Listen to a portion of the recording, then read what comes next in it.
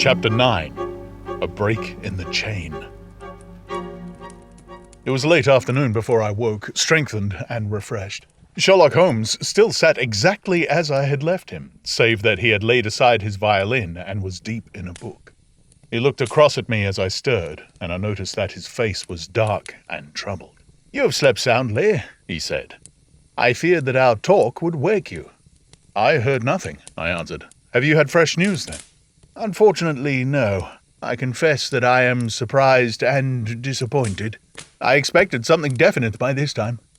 Wiggins has just been up to report. He says that no trace can be found of the launch. It is a provoking check, for every hour is of importance.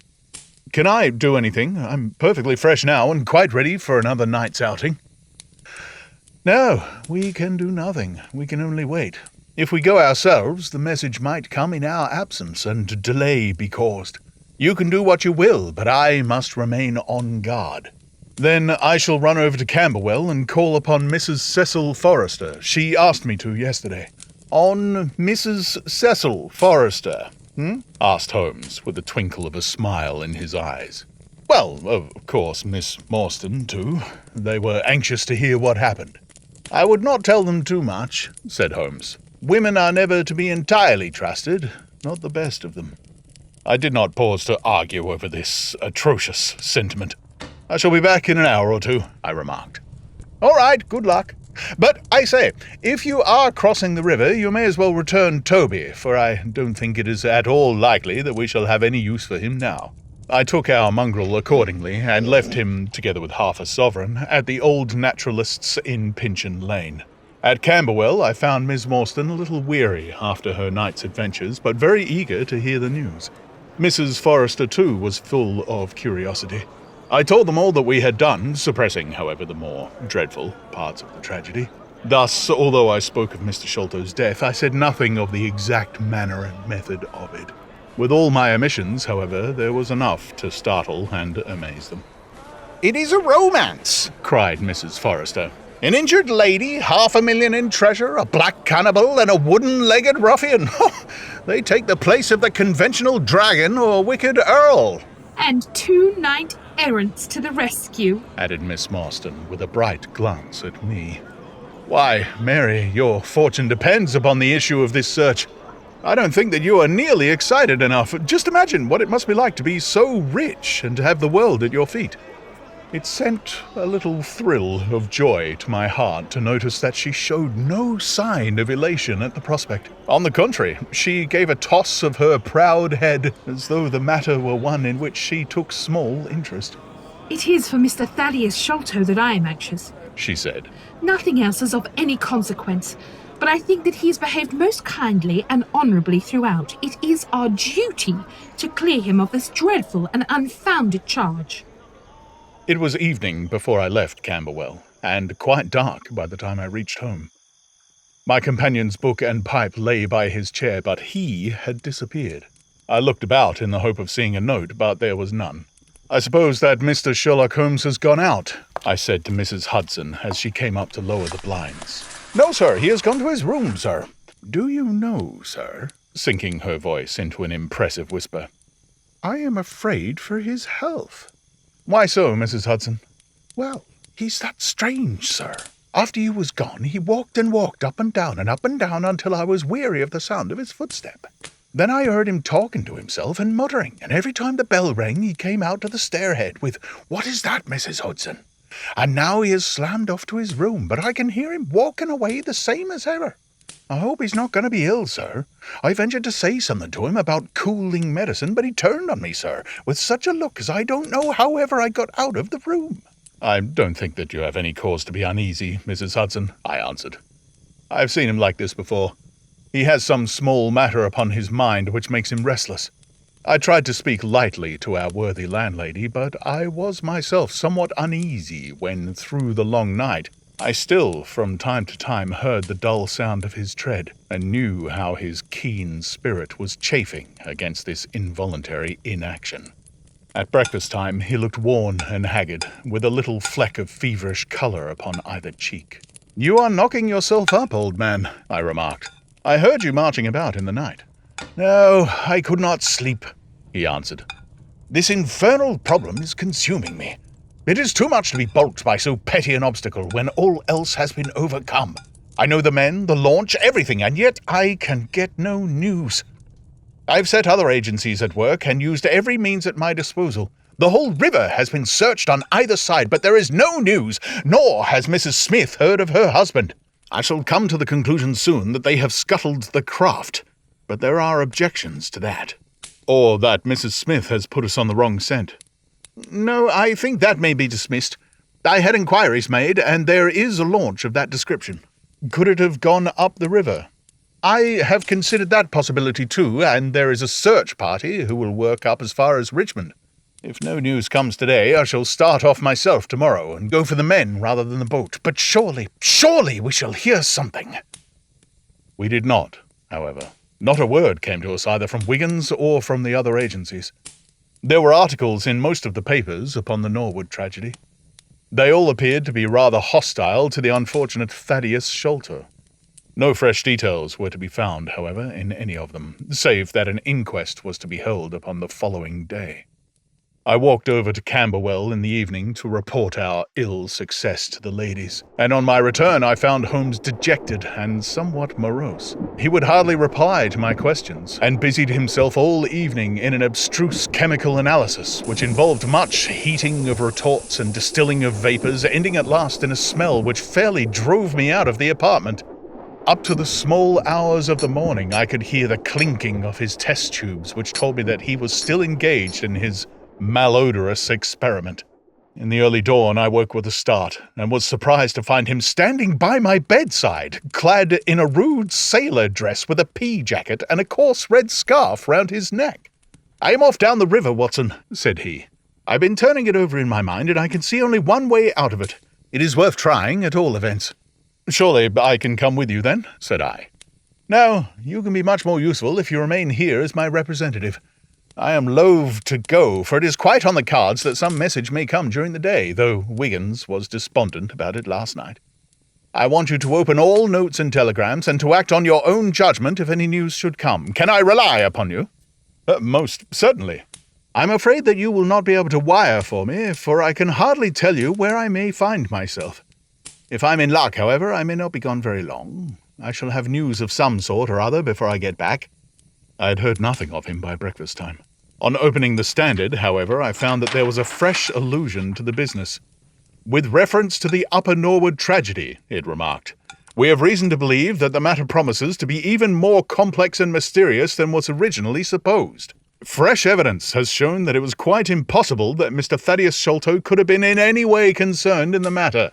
He and the housekeeper, Mrs. Burnstone, were both released yesterday evening. It is believed, however, that the police have a clue to the real culprits, and that it is being prosecuted by Mr. Athelney Jones of Scotland Yard, with all his well-known energy and sagacity. Further attempts may be expected at any moment." That is satisfactory, so far as it goes, thought I. Friend Sholto is safe at any rate. I wonder what the fresh clue may be, though it seems to be a stereotyped form whenever the police have made a blunder. I tossed the paper down upon the table, but at that moment my eye caught an advertisement in the agony column. It ran in this way: "Lost. Whereas Mordecai Smith, boatman, and his son Jim left Smith's Wharf at or about 3 o'clock last Tuesday morning in the steam launch Aurora. Black with 2 red stripes, funnel black with a white band. The sum of £5 will be paid to anyone who can give information to Mrs. Smith at Smith's Wharf, or at 221 Baker Street, as to the whereabouts of the said Mordecai Smith and the launch Aurora." This was clearly Holmes's doing. The Baker Street address was enough to prove that. It struck me as rather ingenious, because it might be read by the fugitives without their seeing in it more than the natural anxiety of a wife for her missing husband. It was a long day. Every time that a knock came to the door or a sharp step passed in the street, I imagined that it was either Holmes returning or an answer to his advertisement.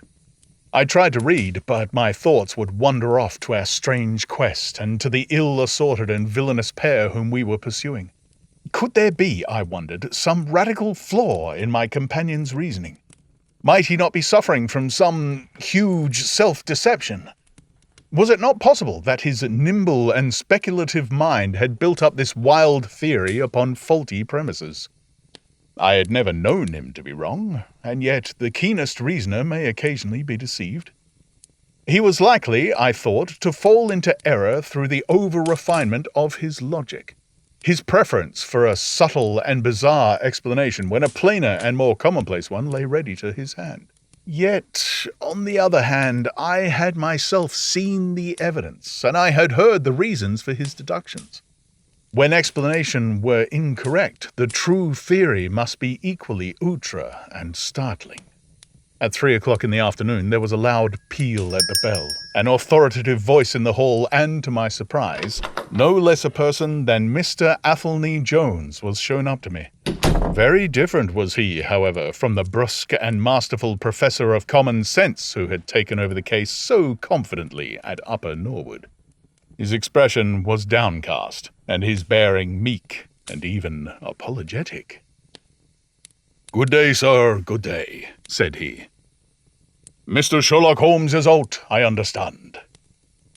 "Yes, and I cannot be sure when he'll be back, but perhaps you would care to wait. Take that chair and try one of these cigars." "Thank you, I don't mind if I do," said he, mopping his face with a red bandana handkerchief. "And a whiskey and soda?" "Well, half a glass. It is very hot for the time of year, and I have had a good deal to worry and try me. You know my theory about this Norwood case?" "I remember that you expressed one." "Well, I have been obliged to reconsider it. I had my net drawn tightly round Mr. Sholto, sir, when pop he went through a hole in the middle of it. He was able to prove an alibi which could not be shaken. From the time that he left his brother's room, he was never out of the sight of someone or other. So it could not be he who climbed over roofs and through trapdoors. It's a very dark case, and my professional credit is at stake. I should be very glad of a little assistance." "We all need help sometimes," said I. "Your friend Mr. Sherlock Holmes is a wonderful man, sir," said he, in a husky and confidential voice. "He is a man who is not to be beat. I have known the young man to go into a good many cases, but I've never saw the case yet that he could not throw a light upon. He is irregular in his methods, and a little quick perhaps in jumping at theories, but on the whole I think he would have made a most promising officer, and I don't care who knows it. I have had a wire from him this morning, by which I understand that he has got some clue to this Sholto business. Here is the message." He took the telegram out of his pocket and handed it to me. It was dated from Poplar at 12 o'clock. "Go to Baker Street at once," it said. "If I have not returned, wait for me. I'm close on the track of the Sholto gang. You can come with us tonight if you want to be in at the finish." "Ah, this sounds well. He has evidently picked up the scent again," said I. "Ah, then he has been at fault too," exclaimed Jones with evident satisfaction. "Even the best of us are thrown off sometimes. Of course, this may prove to be a false alarm, but it is my duty as an officer of the law to allow no chance to slip. But there is someone at the door. Perhaps this is he." A heavy step was heard ascending the stair, with a great wheezing and rattling as from a man who is sorely put to it for breath. Once or twice he stopped as though the climb were too much for him, but at last he made his way to our door and entered. His appearance corresponded to the sounds which we had heard. He was an aged man, clad in seafaring garb, with an old pea jacket buttoned up to his throat. His back was bowed, his knees were shaky, and his breathing was painfully asthmatic. As he leaned upon a thick oaken cudgel, his shoulders heaved in the effort to draw the air into his lungs. He had a colourful scarf round his chin, and I could see little of his face save a pair of keen, dark eyes, overhung by bushy white brows and long grey side whiskers. Altogether, he gave me the impression of a respectable master mariner who had fallen into years and poverty. "What is it, my man?" I asked. He looked about him in the slow, methodical fashion of old age. Is Mr. Sherlock Holmes here? said he. No, but I am acting for him. You can tell me any message you have for him. It was him himself I was to tell it, said he. But I tell you that I am acting for him. Was it about Mordecai Smith's boat? Yes, I know well where it is, and I know where the men he is after are. And I know where the treasure is. I knows all about it. Then tell me, and I shall let him know. It was to him I was to tell it. He repeated, with the petulant obstinacy of a very old man. Well, you must wait for him. No, I ain't gonna lose a whole day to please no one. If Mr. Holmes ain't here, then Mr. Holmes must find it all out for himself. I don't care about the look of either of you, and I won't tell a word. He shuffled towards the door, but Athelney Jones got in front of him. Wait a bit, my friend, said he. You have important information, but you must not walk off. We shall keep you, whether you like or not, until our friend returns. The old man made a little run towards the door, but as Athelney Jones put his broad back up against it, he recognized the uselessness of resistance. Pretty short of treatment, this, he cried, stamping his stick. I came here to see a gentleman, and you two, who I never saw in my life, seize me and treat me in this fashion. You will be none the worse, I said. We shall recompense you for the loss of your time. Sit over here on the sofa, and you will not have long to wait. He came across sullenly enough, and seated himself with his face resting on his hands. Jones and I resumed our cigars and our talk. Suddenly, however, Holmes's voice broke in upon us. I think that you might offer me a cigar, too, he said. We both started in our chairs. There was Holmes sitting close to us with an air of quiet amusement. Holmes? I exclaimed. You here, but where is the old man? Here is the old man, said he, holding out a heap of white hair. Here he is, wig, whiskers, eyebrows, and all. I thought my disguise was pretty good, but I had hardly expected that it would stand that test. Ah, you rogue, cried Jones, highly delighted. You would have made an actor, and a rare one. You had the proper workhouse cough, and those weak legs of yours are worth £10 a week. I thought I knew the glint of your eye, though. You didn't get away from us so easily, you see. I've been working in that get-up all day, said he, lighting his cigar. You see, a good many of the criminal classes begin to know me, especially since our friend here took to publishing some of my cases, so I can only go on the warpath under some simple disguise like this. You got my wire? Yes, that is what brought me here. How has your case prospered? It has all come to nothing. I had to release 2 of my prisoners, and there is no evidence against the other 2. Never mind, we shall give you 2 others in the place of them, but you must put yourself under my orders. You are welcome to all the official credit, but you must act on the line that I point out. Is that agreed? Entirely, if you will help me to the men. Well then, in the first place, I shall want a fast police boat, a steam launch, to be at the Westminster Stairs at 7 o'clock. That is easily managed. There is always one about there, but I can step across the road and telephone to make sure. Then I shall want 2 staunch men in case of resistance. There will be 2 or 3 in the boat. What else? When we secure the men, we shall get the treasure. I think that it would be a pleasure to my friend here to take the box round to the young lady to whom half of it rightly belongs. Let her be the first to open it. Eh, Watson? It would be a great pleasure to me. Rather an irregular proceeding, said Jones, shaking his head. However, the whole thing is irregular, so I suppose we must wink at it. The treasure must afterwards be handed over to the authorities until after the official investigation. Certainly, that is easily managed. One other point. I should much like to have a few details about this matter from the lips of Jonathan Small himself. You know I like to work the detail of my cases out. There is no objection to my having an unofficial interview with him, either here in my rooms or elsewhere, as long as he is efficiently guarded. Well, you are the master of the situation. I have had no proof yet of the existence of this Jonathan Small. However, if you catch him, I don't see how I can refuse you an interview with him. That is understood, then? Perfectly. Is there anything else? Only that I insist upon you dining with us. It will be ready in half an hour. I have oysters and a brace of grouse with something a little choice in white wines. Watson, you have never yet recognized my merits as a housekeeper.